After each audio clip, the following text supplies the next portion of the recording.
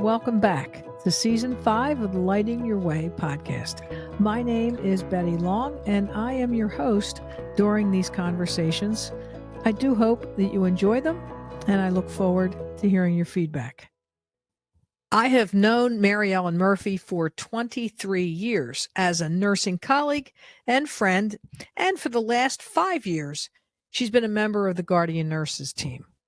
Maryellen, also known as Murph, is retiring on May 26th after 44 years taking care of everyone else, also known as being a nurse. I wanted to have her as a guest for this episode. She has had a wonderful career, and we will all miss her very much, but we are happy for her to finally enjoy some time off. I hope you enjoy my conversation with Murph. Maryellen Murphy, it is my honor to welcome you to the Lighting Your Way podcast. Well, thank you, Betty. It's a pleasure to be here, and thank you for asking me. What a treat. Well, you have been a guest before. It's not that you're not familiar with the podcast, but this is a podcast that's going to be all about you because... Oh, wow. And I'm not sure we're going to have enough time, but you have announced your retirement from nursing, from full-time nursing, I should say. Correct. After 44 Correct. years? Yeah, 44 years. Boy, it's really amazing to me how much has changed and how much I have seen and experienced. And most of all the people that I have met. Yeah. And from colleagues to patients, every family, just have been, they hold a special spot in my heart. So it really has been a tremendous, rewarding journey. Well, you must have a big heart, Murph, because you've had a lot of patients and friends and colleagues in 44 years. Yeah. Wow. Yeah, so but you don't know, like you're walking, you're somewhere and someone comes up to you and say, I remember you, and and you're just amazed by that because you don't realize it at the time, but you do impact on people's lives. Oh, absolutely. And that's absolutely very rewarding at the end of the day. Absolutely. Yeah. So 44 years ago, where are you? Yeah. 44 years ago, I am graduating from Like Murphy with probably about 100 and some odd nurses, if that. And I went to a little hospital in Norristown called Sacred Heart Hospital. Okay. And I worked the telemetry, and then I also had a cover for pediatrics when they went to dinner at night. Hey, at least they got a dinner. Don't ever say you don't get a break. Right. Well, what was very interesting about those times is, you fed your patients. No one was given a choice as far as what they wanted to eat. There were no menus back then. So it would be what the cook was cooking in the kitchen. Oh, and you got that no matter if you were ordered a soft diet, pureed diet. Meatloaf is a whole different beast after it's come out of the blender. And once you realize that you have now fed all your patients all their variations of meatloaf, then you go down to the kitchen, and that's what they were serving the nurses too. So I was really skinny back then. I didn't eat it. Wow. We just couldn't do it. Oh, yeah, and those were the days of the patients were smoking in the bed and the oxygen. And it was like, we've really come full circle, haven't we? I remember when the nurses were, when I started working, the nurses were smoking at the station. Smoking at the station. Doctors putting their cigarettes out at the door on the floor, putting it under their shoe at the door of the patient's room. Yeah, God. I remember. Well, some things have changed for the better, clearly. Yeah. So you started in tele and then at Sacred Heart, but you've had a long career, and I I mean, I met you 20 years ago, and you were at Montgomery Hospital, right? So, but you also had a stint down in Philly, right? Downtown? Yeah, somewhere? yeah. I went from Sacred Heart, and then I went to Suburban because obviously my friends were having more fun at Suburban than I was at Sacred Heart, and they were making a few cents more. So I went down the street, and I had a better time for quite a number of years. But yeah, I did work Mount Sinai in South Philadelphia. I've worked Fox Chase. I have I've been all over, and like good experiences, good quality experiences. I have learned so much, and it's almost like at times I feel like Forrest Gump, because I happen to walk in on these like remarkable situations. My first patient with AIDS, and what we did, and how when AIDS was evolving. I remember the day we were no masks, no gowns, and then all of a sudden we were all in masks and gowns. And that, I remember that when COVID hit. And it was really a sombering time for everybody. So I went through two of those things with the AIDS epidemic and then the COVID situation. And in home care and hospice, it was kind of crazy times. So it was very, very good. Very, the experience was unbelievable. Do you remember how much that extra pay was? What was your starting pay? Do you remember? I knew I made like $10,000 a year annually, and that was good. That was good. I had friends who couldn't get jobs. They graduated from college, couldn't just get jobs, and I was right there out of college, working. Okay. So, and this is what year is this? Tell me what year. 1979, I want to say. Yeah, 1979. Yeah, when I started in 1986, I was making $17,000. So that was, I remember that as a yeah, but they had to take city wage tax out down there. Right? always thinking. So Murph, how did you? Let's go back a little further. How did you find nursing, or did nursing find you?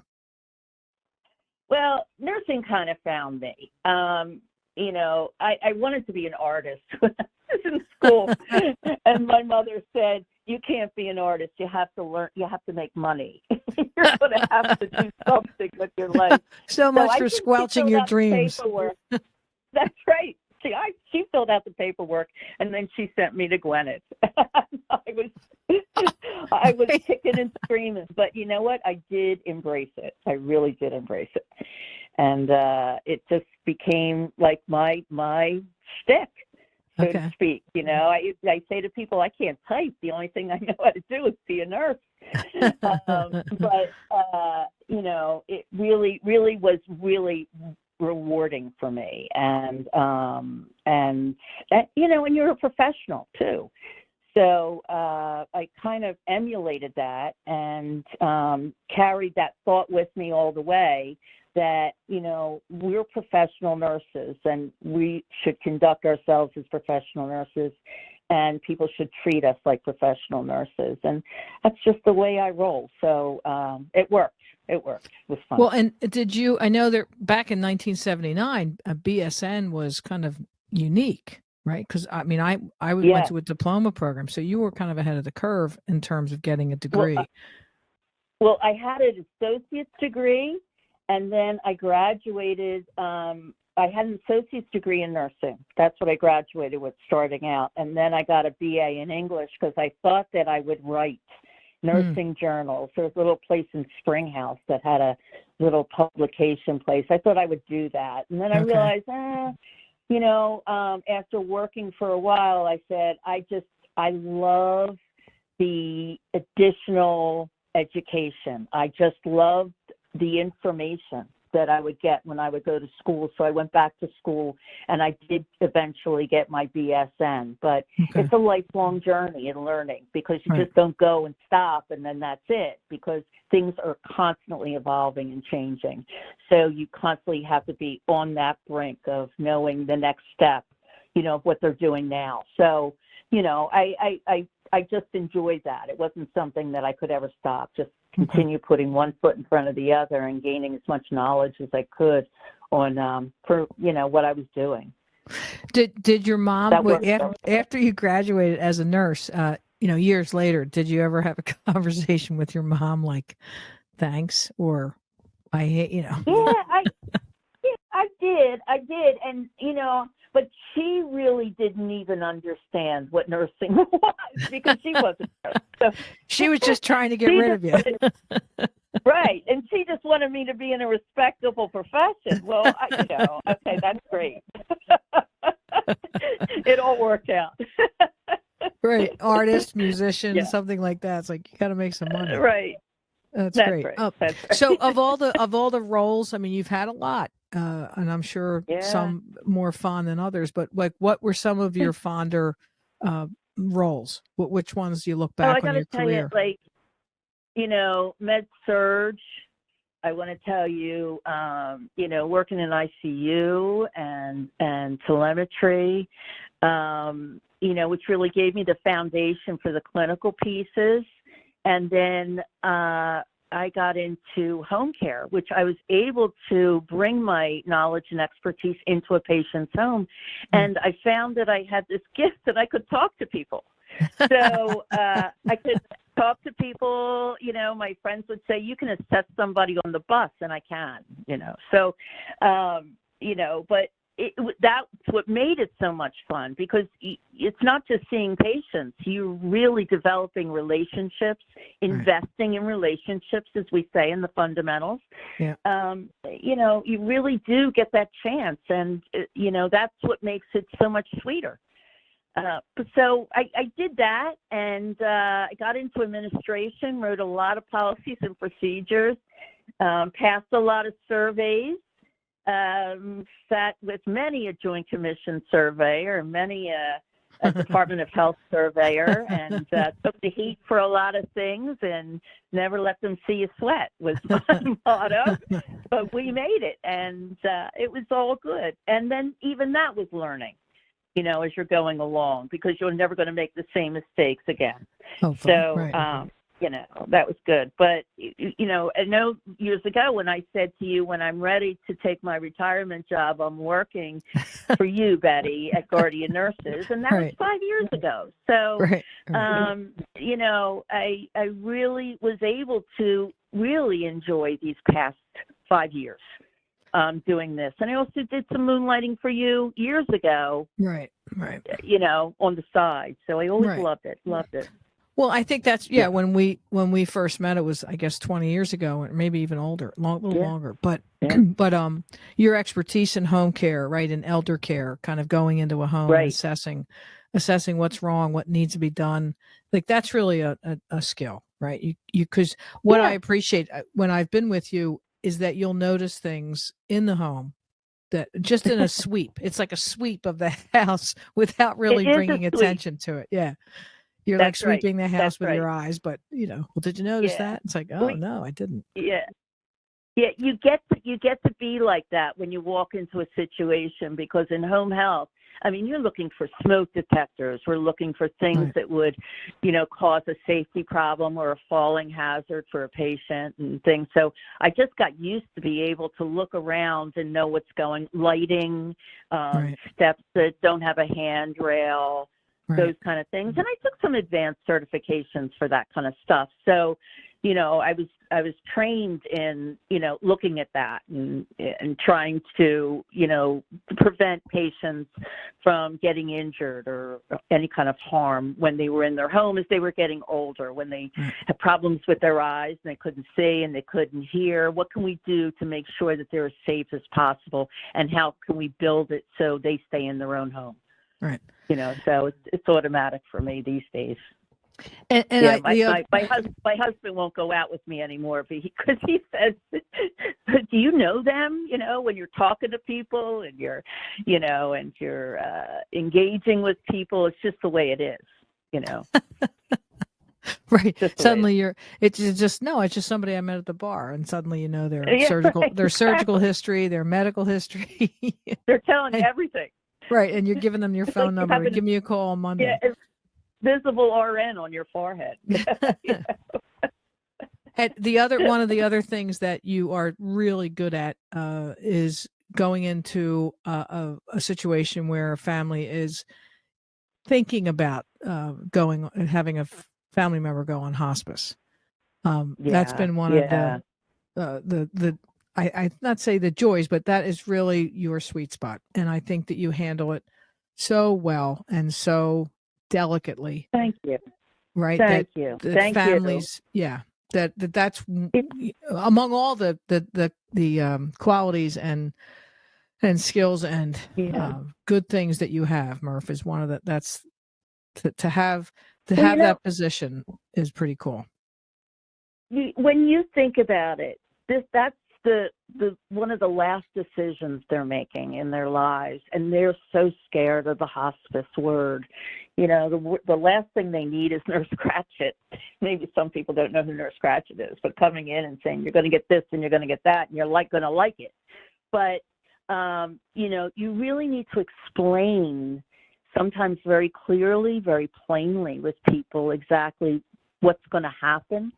And what their decision makes and how important it is, and to recognize the fact that, that they're going to die. They're going to, but how do they want to die? And that's the only control they have, is to have that discussion and to give you their thoughts and goals, that they don't want to be in any kind of pain and they don't want discomfort.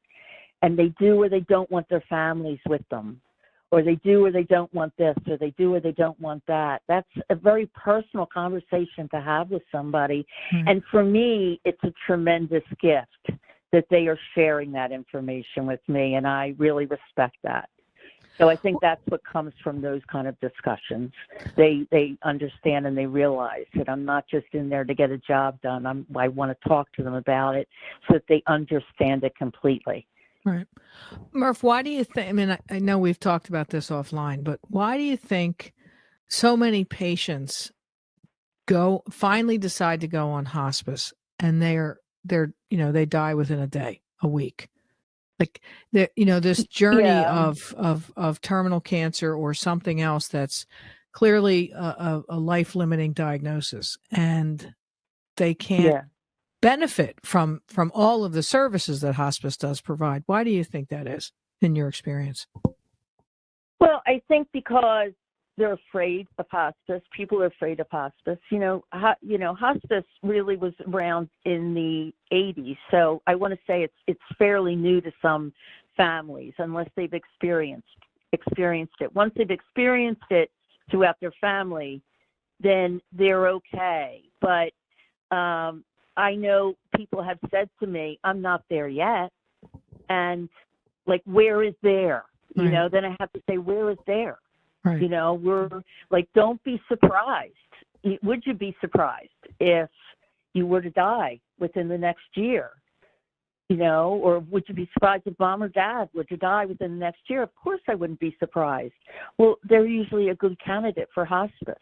Okay. The people that elect hospice too late, or it's not their fault, it really isn't their fault, but the clinicians that are around them, are they talking to the patient about them or about hospice? Are they talking to them about end of life as they are going through their treatments? Are we talking about them and getting them, to understand we have different levels of care here? And, I think they wait too late to do it. The other thing is people don't realize they don't have to be a no code to be on hospice. And so even that is a big decision for some people to make, to be a no code, because they say, what does my religion tell me to do? What does my family want me to do? It's never, what do I want to do? Right. So I think that they wait too late for that. They don't understand that you can always discharge yourself off of hospice. Right. You can say, I don't want to be on hospice anymore. And, and maybe some people rally. Maybe some people get better because they're getting better care, or they feel better. Right. But certainly because of the nature of their diagnosis, they're going to go back decline, but it's really an individualized thing.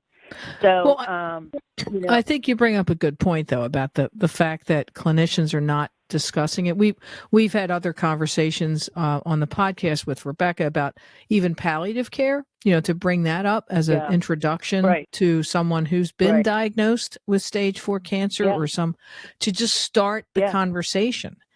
And to your point, it doesn't have to start at hospice. It could start with palliative care, and then once they've exhausted some of the resources from palliative, they can move into hospice, which is a smooth transition typically. Yeah, but people don't understand that. And then even now, the term palliative care, I'm not ready for that. So they're like using it the same as hospice. Like they're, and a lot of people are saying palliative care is hospice. It's not. It's symptom control. It may be symptom control because you're riddled with pain, not because you have a cancer diagnosis, not because of anything else. It was because we need some good symptom management, and that's where palliation comes in. Right. But there's little stepping stones to get to, before you get to hospice. And it would be nice to have people talking about it all along the journey. Right. It's good to stay positive if you're fighting a diagnosis and you're getting good treatment for a diagnosis, but eventually we're all going to die. Right. So, it's good to know what is available to you out there. And what are your rights as a patient out there? So, it's really, it's an avenue that I can't believe that more people don't understand. But I do think that people do understand quickly when they're involved. Yeah.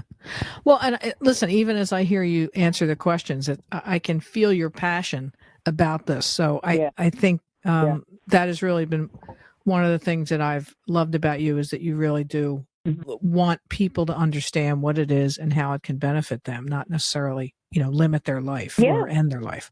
Right. Because then you can make better choices. Yeah. What has kept you motivated all these years? Not money. We can't make any money in nursing, right? It's like, but no, it's just the joy. It's just the joy of it. It is the ability to make a difference. You think you're having a bad day, or you think that, the roof is leaking, or you think that you need this or you need that and you have to have it. You go into some people's homes and it's very, very humbling. But they're so gracious to you. They welcome you in. They'll offer you their last piece of bread. It's just it really is. It's almost, I would say it's almost like a ministry. I can't believe I'm actually saying this, but it is almost like that. And that's what keeps me going. That when I see their faces light up, when you walk in the room, they're just, as sick as they might be, and there's always like a smile, that come, and they always thank you. I always thank them for letting me come see them, but they always thank you for taking the time out of your day to come see them. And it's just amazing to me. Right. So that's what keeps me going. So what, when you think after, now you look back on, I have to ask the question, what would you kind of say to young nurses who are entering the profession? Because we've certainly seen since COVID, the graduates of programs coming out are not quite ready for prime time because they haven't really experienced humans. They've been working in labs and simulators. So, what would you, as a retiring 44-year nurse with a great successful career, like to say to them? I would say, be curious, ask questions. This isn't where you're going to work forever. You're going to be going different places, but you need to take your knowledge with you, and you need to be the expert someday. So listen, pay attention very carefully, and be nice. Be nice to people, and they will be nice to you. Right. Kindness, right? So, Yeah. Well, yeah. Yeah. Yeah. Because When people feel their worst and they're so sick, but they're able to offer you a little smile, you did okay. That's very good. I like to be curious because I don't think that's in great supply these days. People are just checking lists, right? Checking boxes. Yeah. Checking boxes, making sure everything's. When the kids were little, I used to say, why do they say why all the time? Why? But why? But why? And now I'm telling people to ask the questions. Be curious. Ask the why. Yeah. It'll be amazing, the answers that you get. It'll be great. I remember I used to, of course, I think we all did that as youngsters, but I would say why a lot. My mother would eventually say, because I told you so. Okay, got it. Right, exactly. Sorry. I think I wanted a better right. I wanted a better answer than that, but okay, that sounds good because you're angry. Yeah. So Good. At Guardian Nurses, we did a little party for you last week, and we had a shirt that had your caricature on it that said, and the language said, "Be like Murph." So I want to ask you, in your view, what does it what does it mean to be like Murph? It means just do it. It means put one foot in the front of the other and just do it. You don't know what's going to come out on the other side sometimes, but you just do it.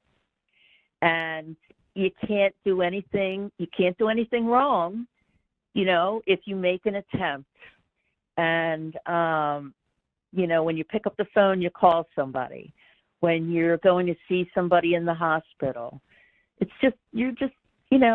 no drama. You're just doing it. When you're making an appointment, and you're going to ask the questions, just like they're sitting next to you, they're your patient, and you're going to ask questions just like that was your favorite aunt that you have sitting next to you. Right. Well, so I think that's what you meant by it.